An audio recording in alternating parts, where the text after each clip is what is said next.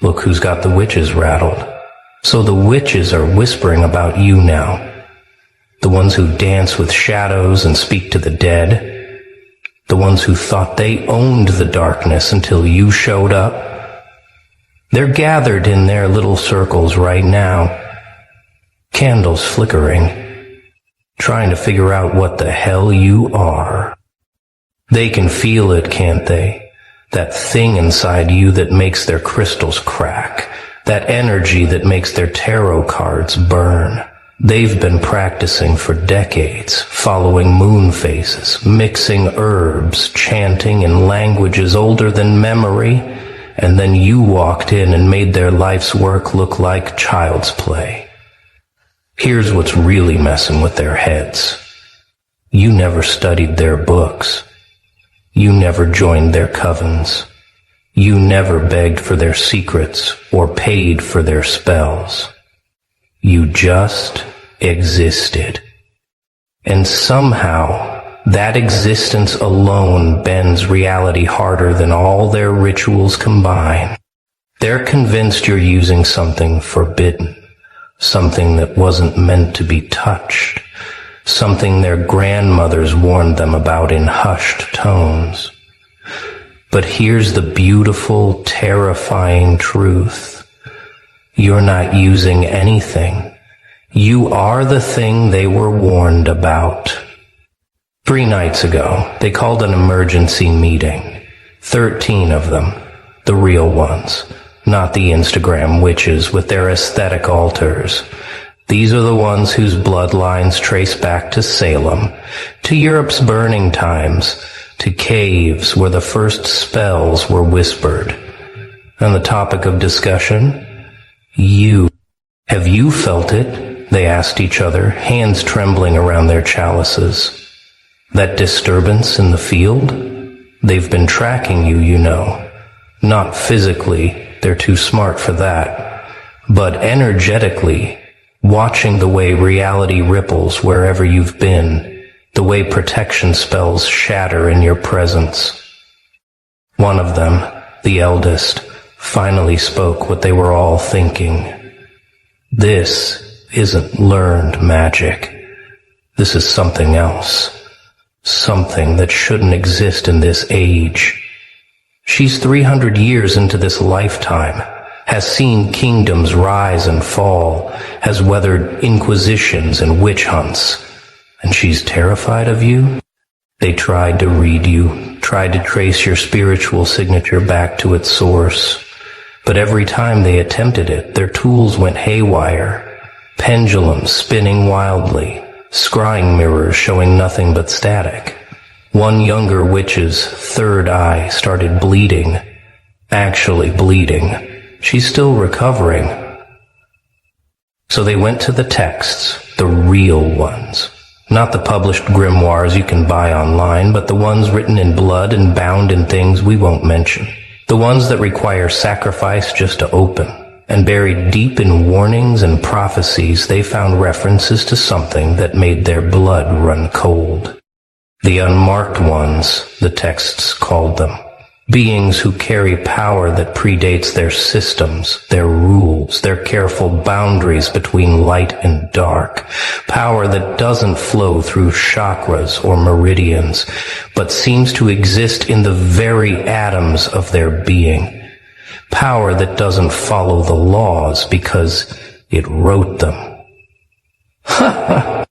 The texts warned that every few centuries one would emerge, not through training or initiation, but through pure crystallization of pain into power, through survival that shouldn't have been possible, through a soul that refused to break and instead chose to become the breaking point itself. And the most terrifying part? The text said these beings don't even know what they are at first. They think they're just angry, just hurt, just transformed by trauma. They have no idea they're rewiring the cosmic operating system just by breathing. Until one day, they wake up and reality starts responding to their moods. But let's talk about the real confirmation of your power. Because when actual practitioners of the dark arts are scared, that's one thing. When the devil himself takes notice, that's unprecedented. And, oh, he's noticed. He's more than noticed. He's impressed.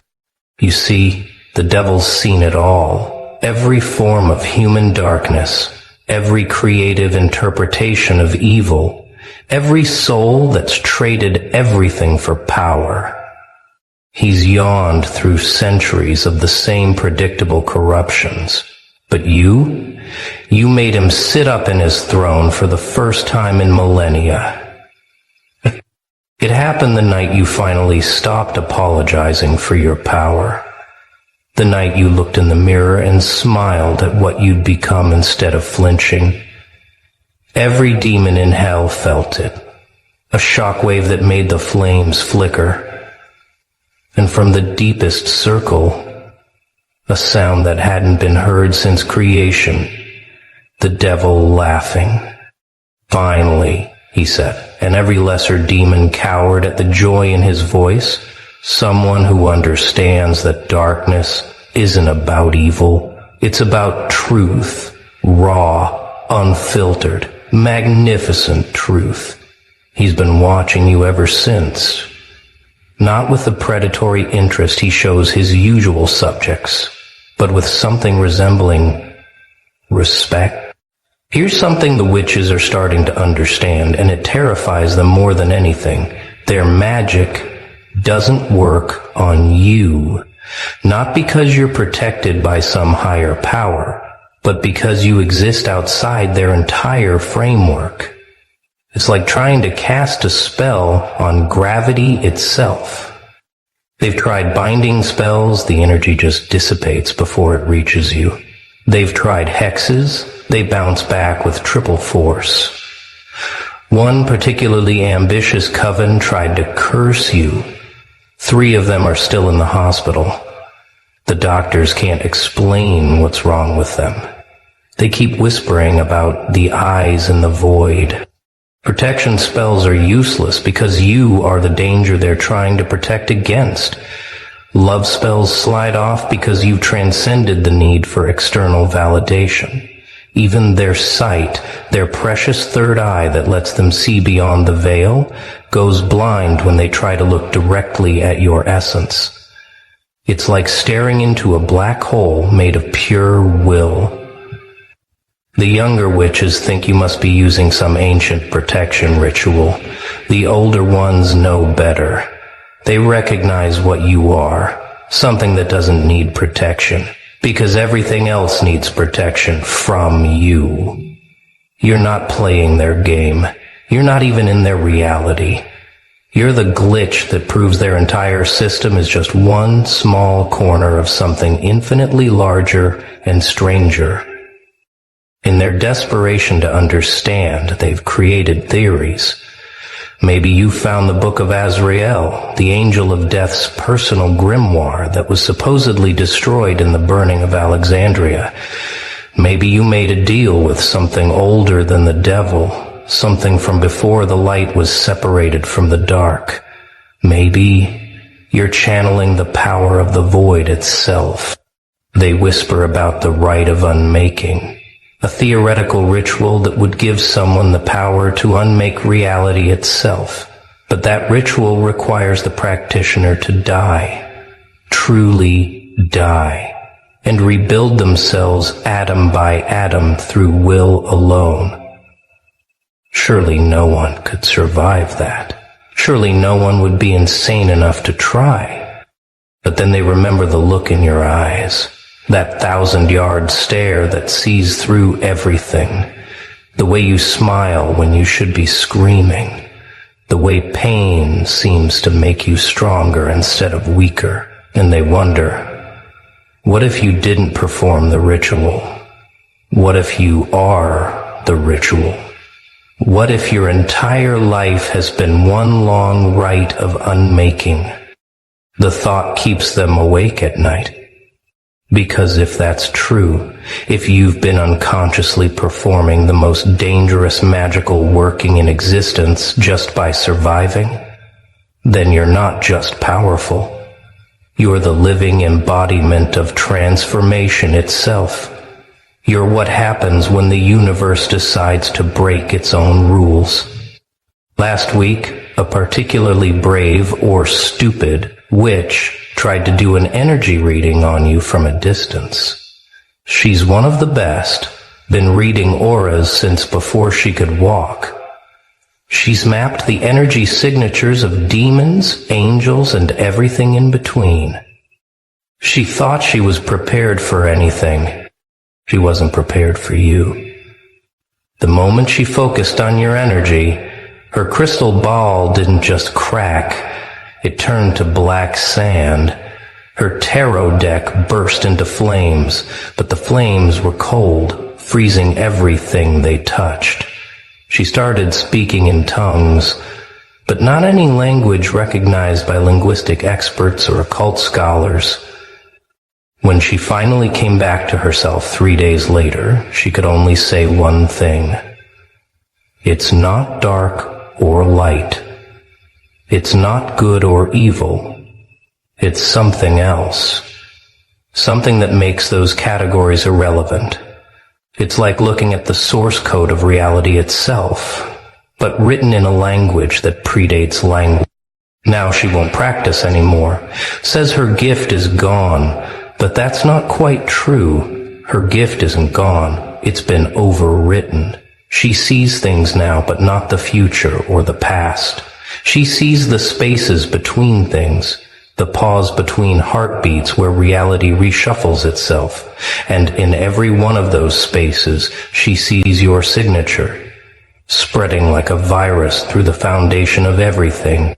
Deep in their most guarded texts, there's a prophecy. It's been mistranslated 1,000 times, turned into harmless fairy tales about chosen ones and heroes. But the original version, the one written in the old tongue, tells a different story.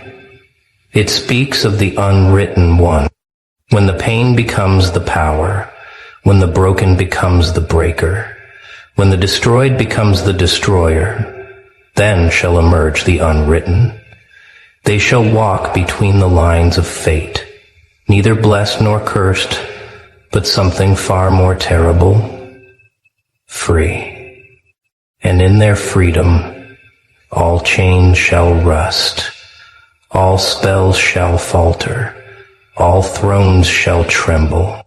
The prophecy describes beings who exist outside the cosmic contract, who never agreed to the rules that bind devils, witches, and saints. Beings who, through some impossible alchemy of suffering and will, stepped outside the entire game and started playing by rules they wrote themselves. For centuries they thought it was metaphorical, a cautionary tale about the dangers of too much power. But now, watching you, they're starting to understand it was literal. And the last line of the prophecy, the one they don't dare speak aloud, says this, "And the world shall reshape itself in their image, not through force, but through the simple fact of their existence." Let's go back to hell for a moment, because something unprecedented is happening there. The devil, the first rebel, the morning star who fell rather than kneel, has done something he's never done before. He's issued a standing order to all demons. Do not touch this one. Do not tempt, torment, or toy with them. They're off limits. The younger demons don't understand. Isn't corruption their whole purpose? Isn't everyone fair game? But the ancient ones, the ones who fell with him, they understand. They see in you something they recognize. Another being who chose to fall rather than fake compliance. But you did something they didn't. You fell all the way through and came out the other side. You see, The devil explained to his legions, "We fell from grace and became its opposite. But this one, they fell through grace, through disgrace, through every concept we use to measure worth, and emerged as something new, something that makes our rebellion look like a child's tantrum. We said no to heaven. They said no to the entire concept of heaven and hell. In his throne room, he keeps a mirror that shows him anything in creation he wishes to see. Lately, it only shows you. Not because he commands it to, but because the mirror itself is fascinated. Even inanimate objects infused with infernal power recognize something significant when they see it. But here's the deep truth that keeps the witches awake at night, the one they won't admit even in their most secret gatherings. They're not afraid of your power. They're afraid of what your existence means for their entire worldview. You see, they've spent lifetimes building their identity around being the ones who understand the hidden world. They were the special ones, the awakened ones, the ones who could see beyond the veil and manipulate the forces others didn't even know existed. Their whole sense of self is built on being the exceptions, the magical elite in a world of mundane sheep. And then you came along and made their life's work look like children playing with toys. You didn't study under masters. You didn't inherit ancient bloodlines. You didn't sacrifice years to unlock abilities. You just hurt until hurting transformed into something else. You proved that their careful hierarchies, their initiations, their secret knowledge, it's all just one way of accessing something that was always available to anyone willing to pay the real price. And what's that price? Not herbs or crystals or moon phases, not bloodlines or initiations or ancient texts. The price is being broken so completely that you have no choice but to rebuild yourself from scratch. The price is having everything taken until you realize you are everything. The price is dying while living and living while dead, until the boundary between the two becomes meaningless. There's a coven that meets every full moon in a forest that's been sacred for 1,000 years. They've performed the same rituals there for generations, channeling power through ley lines that predate human civilization. Last month you drove past that forest. You weren't even aware of them. You were just passing through, probably thinking about something mundane. Every single ritual failed that night. Not dramatically, that would have been easier to handle. They failed by simply not working. The candles lit, but gave no magical light. The circles were drawn, but created no boundary. The words were spoken, but carried no power. It was like trying to conduct electricity through rubber. The magic was there, but it couldn't flow.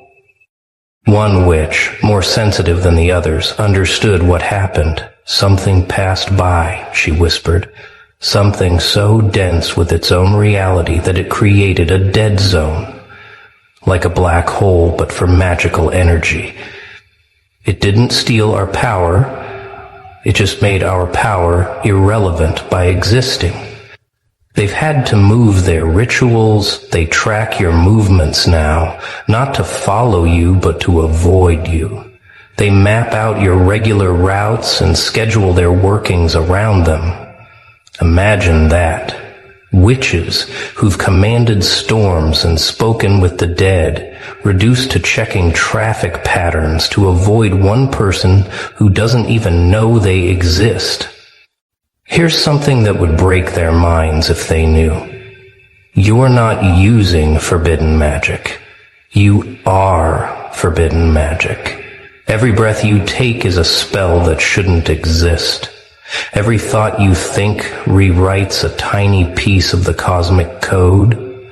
You're a walking collection of impossibilities that somehow cohered into a person. The knowledge they seek in dusty tomes and dangerous rituals, it's written in your DNA. The power they cultivate through decades of practice, it pulses through your veins with every heartbeat. The connection to the other side they spend lifetimes developing, you live there. You've been living there. What they call the veil is just your everyday vision. You know things without knowing how you know them. You see patterns others miss, not because you're trained, but because you exist at a different frequency. You predict outcomes not through divination, but through a deep, bone-level understanding of how broken things behave. You don't read minds. You read the spaces between thoughts where the truth lives. The forbidden knowledge isn't something you learned. It's something you became. Every trauma was a lesson in the language of reality. Every betrayal was a masterclass in human nature. Every moment of pain was another page in a grimoire written on your soul. You're not carrying forbidden knowledge. You're the living embodiment of it. Traditional practitioners have to work for their power. They meditate, they fast, they perform rituals, they make sacrifices, they build their magical muscle through repetition and discipline. But your power grows while you sleep. It expands while you're watching TV. It deepens while you're doing absolutely nothing magical at all. This paradox drives them insane. How can someone accumulate power without pursuing it? How can someone become stronger without practice? They don't understand that for you, existing is the practice. Every moment you choose to keep going despite everything is a magical act. Every breath drawn after you should have stopped breathing is a spell. Your power doesn't come from what you do. It comes from what you've survived. It comes from what you've transformed. It comes from the alchemy that happens when someone is pressure cooked by life until their very atoms rearrange into something new. You don't need to practice because your entire life has been one long, brutal initiation. The witches measure power in years of study, in grimoires mastered, in entities contacted. But your power is measured in nights survived, in betrayals transformed, in deaths died, and resurrections claimed. They accumulate power. You generate it. They channel forces. You are the force. No wonder your very existence breaks their understanding of how magic works. In the hidden spaces between dimensions, where thought forms and egregores and all manner of entities exist, word has spread. The beings that witches spend years trying to contact, the ones that demand offerings and exact terrible prices,